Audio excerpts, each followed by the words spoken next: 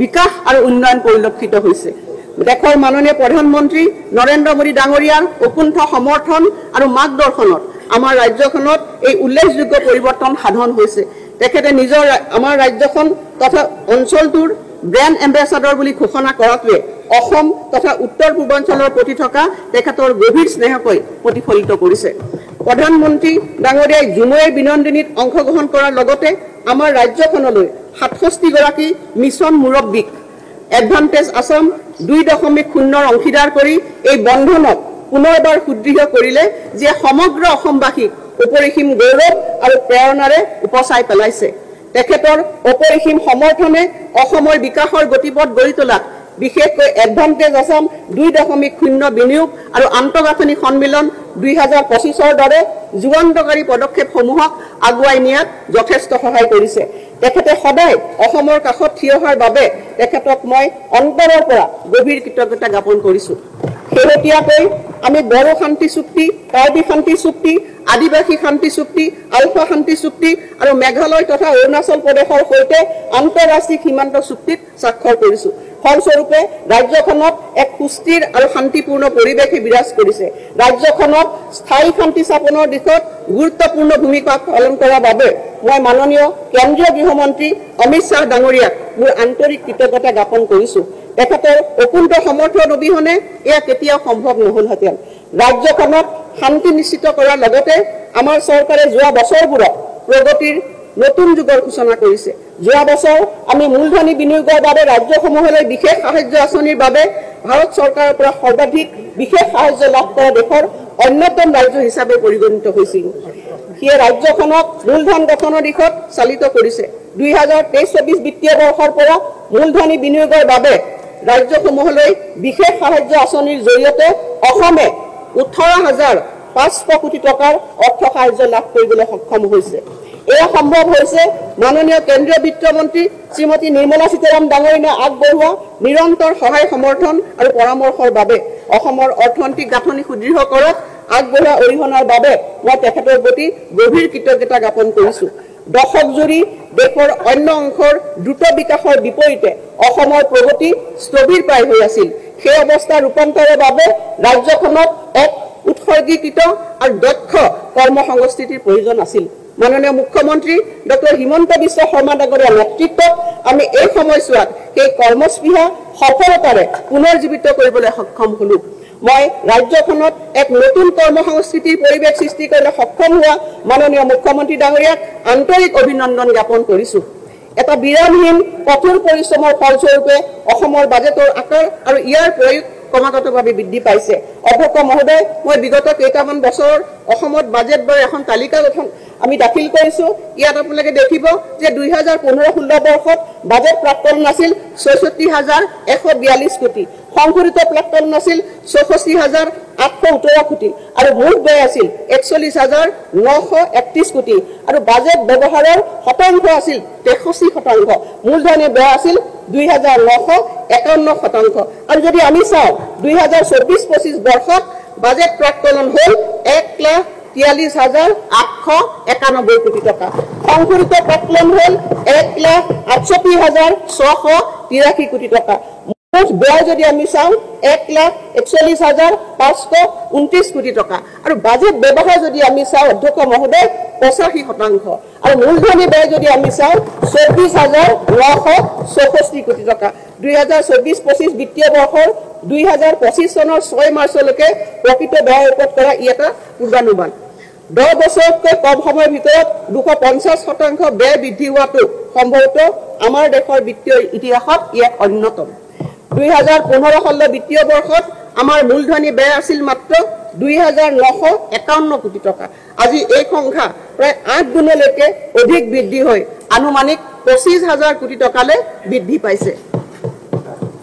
যদিও মূলধনী বিনিয়োগৰ বাবে ৰাজ সাহায্যসমূহলৈ বিশেষ সাহায্য, বহি সাহায্য প্ৰকল্প আৰু গ্ৰাম্য আন্তঃগাঁথনি পুঁজিৰ বাবে ঋণ লোৱা হয়, এই কথাত মই নিশ্চিতি প্ৰদান কৰিছোঁ যে আমাৰ দূৰদৰ্শী বিত্তীয় ব্যৱস্থাপনাৰ জৰিয়তে অসমৰ ঋণৰ পৰিমাণ মুঠ ৰাজ্যিক ঘৰুৱা উৎপাদন GSDPৰ ওপৰত নিৰ্ধাৰিত ৩২%তে সীমাবদ্ধ থাকিব। মুঠ ৰাজ্যিক ঘৰুৱা উৎপাদনৰ অনুপাতে গ্ৰহণ কৰা ঋণৰ হাৰৰ ক্ষেত্ৰত আমি ভাৰতৰ ভিতৰত আটাইতকৈ তলৰ স্থানৰ ৰাজ্যসমূহৰ ভিতৰত আছো আৰু 2023-24 বিত্তীয় বৰ্ষত অসমতকৈ দেশৰ 18খন ৰাজ্যই মুঠ ৰাজ্যিক ঘৰুৱা উৎপাদন অনুপাতে ঋণ গ্ৰহণৰ তালিকাত উচ্চ স্থানত আছে। অধ্যক্ষ মহোদয়, মই তালিকা ইয়াত দাখিল কৰিছো আৰু এইটো মই ক'ব বিচাৰিছো যে আমাৰ ঋণৰ পুঁজি, দৰমহা আৰু আন ৰাজহ ব্যয় সলনি মূলধনী ব্যয়ৰ ক্ষেত্ৰতকৈ উৎসৰ্গিত কৰা হৈছে। অসমৰ অৰ্থনৈতিক বিকাশে নতুন মাত্ৰা লাভ কৰাটোৱে ৰাজ্যৰ মুঠ ঘৰুৱা উৎপাদন আৰু জনমূৰি আয় বৃদ্ধিকে প্ৰতিফলিত কৰিছে। ইয়াত মই এখন তালিকা দাখিল কৰিছো। ভাৰতৰ মুঠ ঘৰুৱা উৎপাদন GDP বৃদ্ধিৰ তুলনাত অসমৰ মুঠ ৰাজ্যিক ঘৰুৱা উৎপাদনৰ মই তালিকা সংলগ্ন কৰিছো। 2023-24 বিত্তীয় বৰ্ষত মুঠ ৰাজ্যিক ঘৰুৱা উৎপাদন GSDP 19% আৰু জনমূৰি আয় 17% বৃদ্ধিৰে দ্ৰুত গতিত বিকাশ হোৱা ৰাজ্যৰ ভিতৰত অসমে স্থান লাভ কৰিবলৈ সক্ষম হৈছে। নীতি আয়োগৰ শেহতীয়া প্ৰতিবেদন অনুসৰি আমাৰ চৰকাৰৰ ব্যাপক প্ৰচেষ্টাৰ ফলত অসমত প্ৰায় 46.87 লাখ লোক বিভিন্ন স্তৰৰ দৰিদ্ৰতাৰ পৰা হাত সাৰিবলৈ সক্ষম হৈছে। অধ্যক্ষ মহোদয়, চফ্ট পাৱাৰৰ ক্ষেত্ৰতো এখন উদীয়মান ৰাজ্য হিচাপে নিজকে প্ৰতিষ্ঠা কৰিবলৈ আমি সক্ষম হৈছো। ভাষা, সংস্কৃতি, ঐতিহ্য আৰু ক্ৰীড়া আদি ক্ষেত্ৰৰ সংৰক্ষণৰ দিশতো আমি প্ৰচেষ্টা অব্যাহত ৰাখিছো।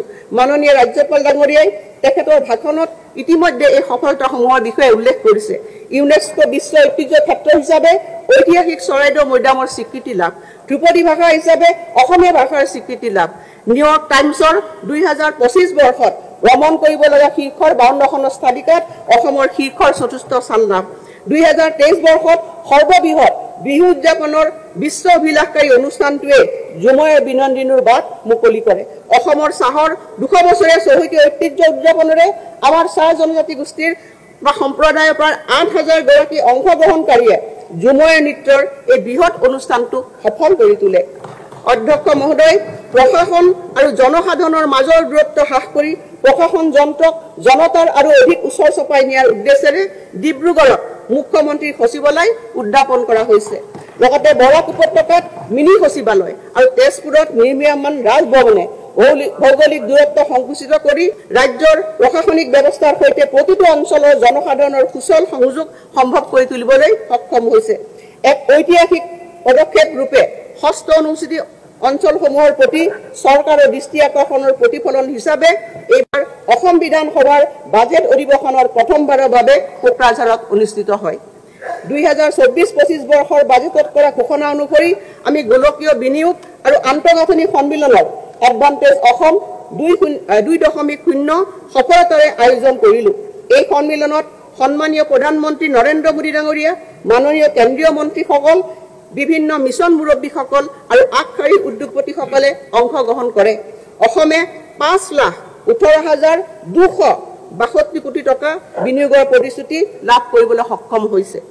ইয়াৰ ভিতৰত আন্তঃগাঁথনি খণ্ডত ভাৰত চৰকাৰে বিনিয়োগ কৰিব লগা 1,24,900 কোটি টকাও অন্তৰ্ভুক্ত হৈ আছে। অসমৰ দৰে এখন ৰাজ্যৰ বাবে এনেধৰণৰ অংশীদাৰসকলৰ সমাৱেশ আমাৰ ইতিহাসত অভূতপূৰ্ব। আমি আশা কৰিছো যে অসমে এতিয়া বিকাশ আৰু উদ্যোগীকৰণৰ এক নতুন যাত্ৰা আৰম্ভ কৰিব। টাটা ইলেক্ট্ৰনিক্স প্ৰাইভেট লিমিটেডৰ 27,000 কোটি টকাৰ বিনিয়োগেৰে অসমে ৰাজ্যখনৰ ঔদ্যোগিক ক্ষেত্ৰত এক ঐতিহাসিক পৰিৱৰ্তনৰ সাক্ষী হৈছে। এয়া হৈছে ভাৰতবৰ্ষৰ স্বাধীনতাৰ 75 বছৰ পিছত ব্যক্তিগত খণ্ডৰ সৰ্ববৃহৎ বিনিয়োগ। এই বিনিয়োগে নতুন বিকাশ আৰু সুযোগৰ পথ মুকলি কৰি প্ৰায় 27,000 প্ৰত্যক্ষ আৰু পৰোক্ষ কৰ্মসংস্থাপনৰ সৃষ্টি কৰিব। টাটা গ্ৰুপে অসমত শীঘ্ৰে সম পৰিমাণৰ বিনিয়োগ কৰিব বুলি এডভান্টেজ অসম 2.0 সন্মিলনত ঘোষণা কৰিছে। তদুপৰি আন শীৰ্ষ উদ্যোগপতিসকলেও অসমত বিনিয়োগৰ বাবে অভূতপূৰ্ব ঘোষণা কৰিছে। 2025-26 বৰ্ষৰ কেন্দ্ৰীয় বাজেটত প্ৰস্তাৱিত নামৰূপৰ পৰিৱেশ অনুকূল ইউৰিয়া সাৰ কাৰখানাই ৰাজ্যখনৰ ঔদ্যোগিক প্ৰগতিত অধিক উৎসাহিত কৰিছে। ইয়াৰ দ্বাৰা ৰাজ্যখনৰ কৃষি আৰু অৰ্থনীতিৰ ক্ষেত্ৰত উল্লেখনীয় অৱদান আগবঢ়াব পৰাকৈ বাৰ্ষিক ইউৰিয়া উৎপাদন 2 লাখ মেট্ৰিক টনৰ পৰা 12.7 লাখ মেট্ৰিক টনলৈ বৃদ্ধি পাব। 12,000 কোটি টকা বিনিয়োগেৰে অসমৰ বিকাশৰ বৰ্ণিল যাত্ৰাক অধিক শক্তিশালী কৰাৰ এই মহৎ পদক্ষেপৰ বাবে মই মাননীয় প্ৰধানমন্ত্ৰী শ্ৰী নৰেন্দ্ৰ মোদী ডাঙৰীয়াক আন্তৰিক ধন্যবাদ জ্ঞাপন কৰিছো। অধ্যক্ষ মহোদয়, নাগৰিক সবলীকৰণ, বিত্তীয় অন্তৰ্ভুক্তিৰ প্ৰসাৰ আৰু বহনক্ষম অৰ্থনৈতিক উন্নয়নৰ দিশত আমাৰ চৰকাৰৰ বাবে প্ৰেৰণাৰ মূল উৎস হ'ল স্বপ্নদ্ৰষ্টা মাননীয় মুখ্যমন্ত্ৰী ডক্টৰ হিমন্ত বিশ্ব শৰ্মাৰ ধাৰণাৰে গঢ় লৈ উঠা অষ্টাদশ মুকুতাৰ উন্নয়নী মেলা আঁচনিখন। এই পৰম্পৰাৰ ভিত্তিতেই মই 2025-26 বিত্তীয় বৰ্ষৰ বাবে চৰকাৰৰ ধৈৰ্যবাহী আঁচনিসমূহৰ ঘোষণা কৰিবলৈ বিচাৰিছোঁ। মই আহিছোঁ অধ্যক্ষ মহোদয়, এই আঁচনিৰ 1 নম্বৰ সিদ্ধান্তলে অৰুণোদয় 3.0 মহোদয়, অৰুণোদয় আঁচনি এখন আঁচনিয়ে নহয়, মহিলা সবলীকৰণ আৰু অৰ্থনৈতিক অন্তৰ্ভুক্তিকৰণৰ দিশত ই এক গণ আন্দোলন, যি অৰ্থনৈতিকভাৱে পিছপৰা লাখ লাখ পৰিয়ালৰ বিত্তীয় সুৰক্ষা আৰু মৰ্যাদা সুনিশ্চিত কৰিছে। বিভিন্ন লাভালাভক একত্ৰিত কৰি এই আঁচনিৰ অধীনত মাহিলী 1250 টকাকৈ আগবঢ়োৱা নগদ ধনে অসংখ্য পৰিয়ালক স্বাস্থ্য, পৰিপুষ্টি আৰু অত্যাৱশ্যকীয় প্ৰয়োজনীয়তা পূৰণৰ ক্ষেত্ৰত নিজস্ব অধিকাৰৰ অনুসৰি ব্যয় কৰাৰ স্বাধীনতা প্ৰদান কৰিছে আৰু ইয়াৰ ফলত এই পৰিয়ালসমূহে অধিক সুৰক্ষিত অনুভৱ কৰাৰ লগতে নতুন আত্মবিশ্বাসেৰে উদ্বুদ্ধ হ'বলৈ সক্ষম হৈছে। তৃণমূল পৰ্যায়ৰ উপান্ত শ্ৰেণীৰ লোকসকলৰ অৰ্থনৈতিক উন্নয়নৰ বাবে বৰ্তমানৰ ভাৰতৰ বহু ৰাজ্যই এই অৰুণোদয় আঁচনিখনক আৰ্হি হিচাপে গ্ৰহণ কৰিছে। প্ৰকৃতাৰ্থত এই ক্ষেত্ৰত অসমে আন ৰাজ্যসমূহৰ বাবে বাটপতীয়াৰ ভূমিকা গ্ৰহণ কৰাৰ লগতে সমগ্ৰ দেশখনৰ বাবে এক উল্লেখনীয় দৃষ্টান্ত হিচাপে বিবেচিত হৈছে। মই আজি এই ঘোষণা কৰিবলৈ পাই অত্যন্ত সুখী হৈছোঁ যে বিধৱাসকলৰ পেঞ্চন যাতে অৰুণোদয় সমপৰ্যায় হয় সেয়া নিশ্চিত কৰিবলৈ আমাৰ চৰকাৰে ৰাষ্ট্ৰীয় বিধৱা পেঞ্চন আঁচনি হিতাধিকাৰীলৈ টপ আপ পেঞ্চন আমি আগবঢ়াম। মহোদয়, আমি 2020 চনত অৰুণোদয় আৰম্ভ কৰি 18 লাখ মহিলাক সামৰি লৈছিলোঁ, যিটো 2023 চনৰ ডিচেম্বৰলৈ বৃদ্ধি হৈ 24 লাখ হয়গৈ। মই ঘোষণা কৰিব পাই ভাল পাইছোঁ যে 2025-26 বিত্তীয় বৰ্ষত অৰুণোদয় 3.0 অধীনত আমি হিতাধিকাৰী সংখ্যা 37 Good girl.